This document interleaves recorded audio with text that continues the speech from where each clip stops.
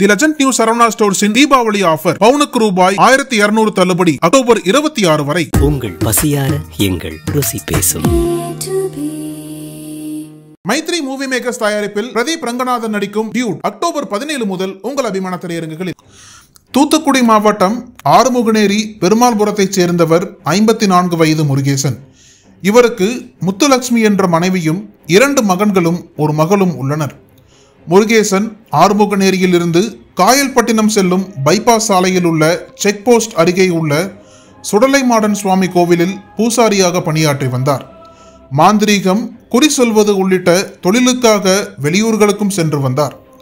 இந்நிலையில் அக்டோபர் 14ஆம் தேதி அன்று நண்பகலில் பூசாரி முருகேசன் தனது வீட்டில் மதிய உணவு சாப்பிட்டுவிட்டு மின்சாரம் இல்லாததால் காற்றோட்டத்திற்காக சுடலைமாடன் சுவாமி கோவிலுக்கு சென்று பீடம் அருகே துண்டை விரித்து உறங்கியுள்ளார். மாலை 3 மணி அளவில் தனது மனைவி லட்சுமிக்கு தொலைபேசி மூலம் தண்ணீர் கொண்டு வர சொல்லியுள்ளார். சிறிது நேரத்தில் லட்சுமி தண்ணீருடன் சென்றபோது முருகேசன் கொலை செய்யப்பட்டு கிடந்ததை கண்டு கதறி அழுதுள்ளார். இதைத் தொடர்ந்து அக்கம்பக்கத்தினர் காவல்துறைக்கு தகவல் தெரிவித்தனர். Tiruchendur DSP Maheshkumar, Arumuganeri inspector Thangaraj, SI Sundararaj மற்றும் போலீசார் சம்பவ இடத்திற்கு விரைந்து முருகேசனின் உடலை கைப்பற்றி காயல்பட்டினம் அரசு மருத்துவமனைக்கு அனுப்பி வைத்தனர். பின்னர் அங்கிருந்து தூத்துக்குடி மருத்துவக் கல்லூரி மருத்துவமனைக்கு பிரேத பரிசோதனைக்காக அனுப்பப்பட்டது. காவல்துறையின் முதற்கட்ட விசாரணையில் சுடலைமாடன் சுவாமி கோவிலில் ஆண்டுதோறும் ஆடி மாதம் கொடைவிழா நடைபெறுவது வழக்கம். 2023ஆம் ஆண்டு நடந்த கொடைவிழாவில் பூசாரி முருகேசன் சாமியாடி அருள்வாக்கு சொல்லிக் கொண்டிருந்த போது ஆறுமுகநேரி பெருமாள்புரத்தைச் சேர்ந்த இசக்கி முத்துவுக்கும் பூசாரிக்கும் இடையே தகராறு ஏற்பட்டது. என்னுடன் மோதிட்டேல்லடா, உன்னை வாழ விடமாட்டேன் என்று இசக்கி முத்து சவால் விட்டுள்ளார். காவல்துறையினர் தலையிட்டு சமரசம் செய்தனர். 2024ஆம் ஆண்டு கோவில் கொடைவிழா காவல்துறை பாதுகாப்புடன் நடைபெற்றது.